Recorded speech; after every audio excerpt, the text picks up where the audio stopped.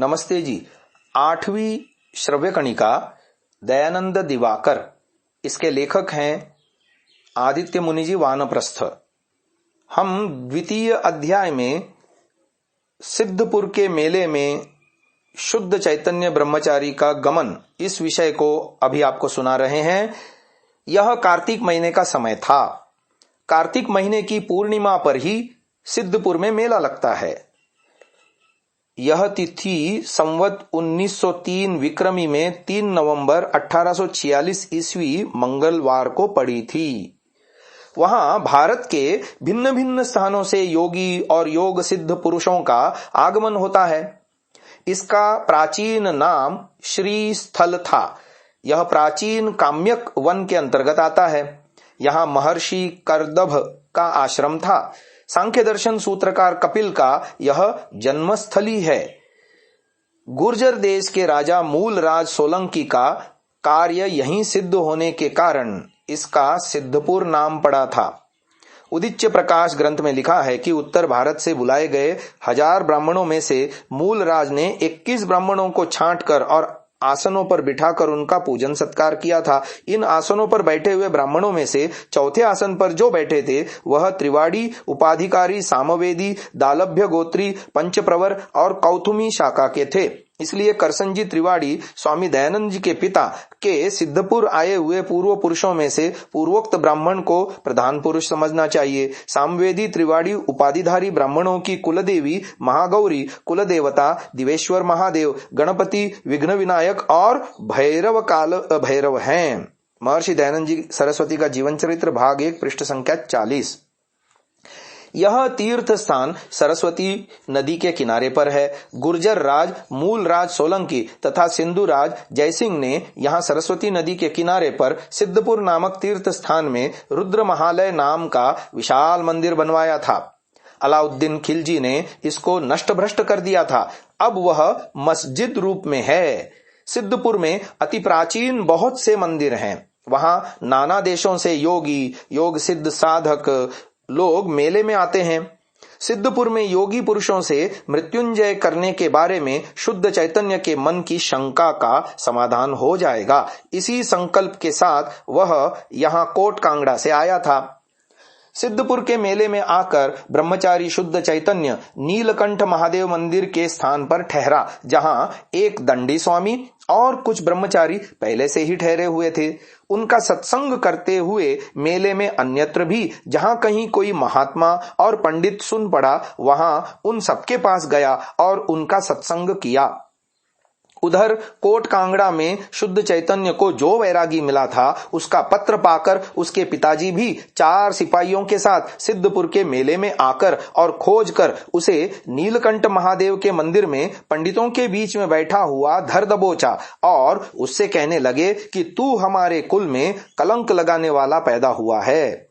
तब शुद्ध चैतन्य ने अपने पिता की ओर देखकर और उठकर उनके चरण स्पर्श किए तथा नमस्कार करके उनसे कहा कि आप क्रोधित मत होइए। मैं किसी के बहकावे में आकर यहाँ चला आया था। मैंने अब तक बहुत दुख पाया है और अब घर आने वाला ही था कि आप आ गए हैं। यह अच्छा हुआ। अब मैं आपके साथ ही घर को चलूंगा। ब्रह्मचारी शुद्ध चैतन्य का यह स्पष्टीकरण भी उनके पिताजी के क्रोध को शांत नहीं कर सका। अतः उन्होंने उसके गेरुए वस्त्र उतरवाकर और तुम्बे को छीनकर तोड़ फाड़ कर फेंक दिया और अपनी पगड़ी देकर उससे बोले कि ले इसे पहन ले। पुनः वे उससे अनेक कटु वचन कहकर बोले कि तू अपनी माता की हत्या लिया चाहता है। इस पर शुद्ध चैतन्य ने अपने पिता से कहा कि अब मैं घर को चलूंगा। इस प्रकार शुद्ध चैतन्य अपने पिता और सिपाहियों के साथ मेले की भीड़ भाड़ से बचते हुए चलने लगा। सिद्धपुर के मेले से कोस भर दूर पहुंचकर पिता ने सिपाहियों को आदेश दिया कि क्षण भर के लिए भी इसे अकेला मत छोड़ना और इस पर रात्रि में भी पहरा रखना। रास्ते में शुद्ध चैतन्य कैदी की भांति उन सबके साथ चला जा रहा था। इस समय उसके पिता का दृढ़ संकल्प था कि वे उसे घर संसार के कारागार में कैदी बनवा कर ही रहेंगे। जबकि शुद्ध चैतन्य का दृढ़ संकल्प था कि वह कभी भी इनका कैदी नहीं बनेगा। इसलिए उसने मार्ग में खाना खाना भी छोड़ दिया था। केवल पानी और दूध पीकर ही वह यह मार्ग तय करने लगा, जिससे सिपाही लोग निश्चिंत हो गए कि अब वह घर को ही चलेगा। लेकिन वह तो अपने पिता की इस कैद से मुक्त होने का अवसर तलाश रहा था। अतः तीसरी रात को जब उसके पिताजी और सिपाही लोग गहरी निद्रा के आगोश में थे, तब वह लघुशंका के बहाने पानी भरा हुआ लोटा लेकर धीरे धीरे सबकी दृष्टि से ओझल होकर द्रुत गति से चलने लगा और गांव के बाहर आधे कोस पर एक बगीचे में स्थित एक मंदिर के शिखर की गुफा में एक वृक्ष के सहारे चढ़कर और जल के भरे हुए लोटे के साथ छिपकर बैठ गया।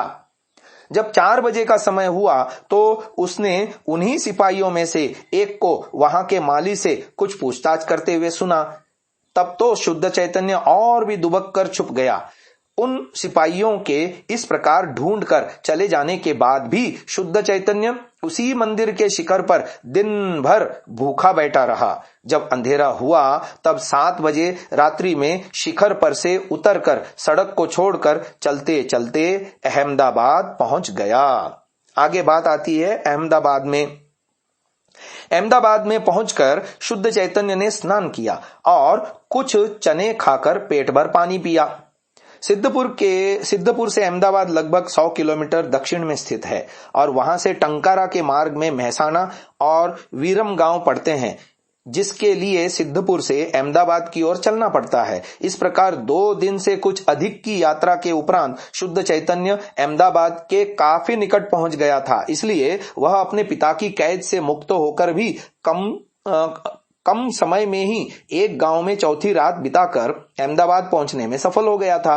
गृह त्याग उपरांत सिद्धपुर आते हुए भी वह इसी प्रकार अहमदाबाद के निकट कोट कांगड़ा होकर ही वहां पहुंचा था। इसलिए विपरीत यात्रा के समय भी उसका अहमदाबाद के निकट आना संभव हुआ था। अहमदाबाद आकर वह योगियों की खोज में जुट गया। अहमदाबाद में मंदिरों की कमी नहीं है। वैष्णव, तांत्रिक और जैनों के बड़े बड़े मंदिर हैं। सभी मंदिरों में आडंबर अधिक है। साधु सन्यासियों के भोजन के लिए अभाव और कठिनाई नहीं है। किसी योगी के मिलने के लिए उसने इन मंदिरों में संधान किया था, पर वह उसे नहीं मिला। पास में ही साबरमती नदी है। इस नदी के तट पर बहुत से एकांत और निर्जन आश्रम या कुटीर उसने देखे। एक आश्रम में एक योगीराज बाबा नाम के एक तांत्रिक साधु से मिले। योग विद्या सीखने की शुद्ध चैतन्य की इच्छा को सुनकर इस तांत्रिक साधु ने हर्ष प्रकट किया। उन्होंने ब्रह्मचारी शुद्ध चैतन्य के स्वल्प भोजन के लिए एक दूसरे आश्रम में प्रबंध कर दिया था और खड्गधारेश्वर बाबाजी के आश्रम में वह योग सीखने लगा। यहाँ शुद्ध चैतन्य लगभग 1 मास अर्थात गुजराती मार्गशीर्ष संवत 1903 विक्रमी भर तदनुसार 19 नवंबर से 18 दिसंबर 1846 ईस्वी तक रहा। यहाँ उसे पता चला कि वैषयिक कार्यों के लिए योग 13 प्रकार के हैं और पारमार्थिक कार्यों के लिए वे चतुर्विध हैं। 13 प्रकार के वैषयिक योग के आदि उपदेष्टा थे उशना, बृहस्पति, इंद्र, पुनर्वसु और अग्निवेश। पारमार्थिक योग के आदि उपदेष्टा थे हिरण्यगर्भ, महेश्वर, शिवानी, कपिल, पंचशिख, जनक, वशिष्ठ, दत्तात्रेय, जैगिशव्य, याज्ञवल्क्य और पतंजलि। 13 प्रकार के वैषयिक योगों के अवलंबन से नीति, धनुर्वेद, आयुर्वेद, गंधर्ववेद, शिल्प, कृषि, वाणिज्य और कला कौशलों के शास्त्रों की रचना हुई और पारमार्थिक योग साधन के लिए 4 प्रकार के पथ आविष्कृत हुए हैं। मंत्र योग, लय योग, राजयोग और हठ योग ये चतुष्पथ हैं। राजयोग के लिए पतंजलि का योग सूत्र सर्वोत्तम ग्रंथ है। आज की इस चर्चा को हम यहीं विराम दे रहे हैं। आगे की चर्चा कल की श्रव्य कणिका में सुनिएगा। ओम। वीडियो को अंत तक देखने के लिए आप सभी महानुभावों का हार्दिक धन्यवाद। क्या आप जानते हैं सांतसा नामक ऐप को गूगल प्ले स्टोर से एंड्रॉयड के लिए यदि आप डाउनलोड करते हैं तो जो आर्य सज्जन महानुभाव हैं, जो नियमित यज्ञ करते हैं, साप्ताहिक यज्ञ करते हैं या किसी विशेष अवसरों पर यज्ञ करते हैं, आपकी समस्त आवश्यकताओं की पूर्ति के लिए सांतसा नामक ऐप में ऑडियो नामक सेक्शन में आपको अग्निहोत्र पर्व मंत्र नामक शीर्षक के अंतर्गत सब प्रकार के हवन प्रकारों का उसमें प्रावधान दिया गया है।